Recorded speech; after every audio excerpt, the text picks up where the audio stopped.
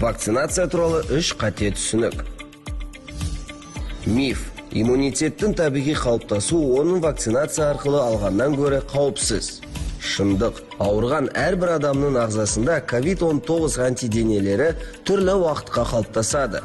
Зерттеулер көрсеткендей, иммунитет қысқа болуы мүмкін. Вакцинация арқылы иммунитет қалыптастыруда оның табиғи қалыптасуына қарағанда қауіп аз.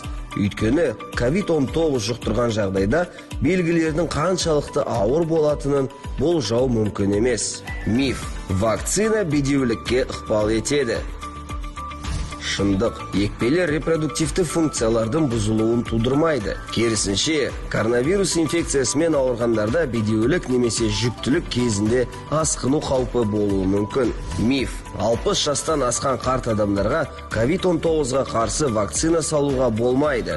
Өйткені бұл олардың денсаулығына зиян келтіреді. Шындық. Вакцина егде жастағы адамдар үшін қауіпсіз. Дегенмен, иммундау алдында вакцинацияға қарсы көрсетілімдер бар жоғын тексеру үшін тексерістен өтіп, дәрігермен кеңесу керек.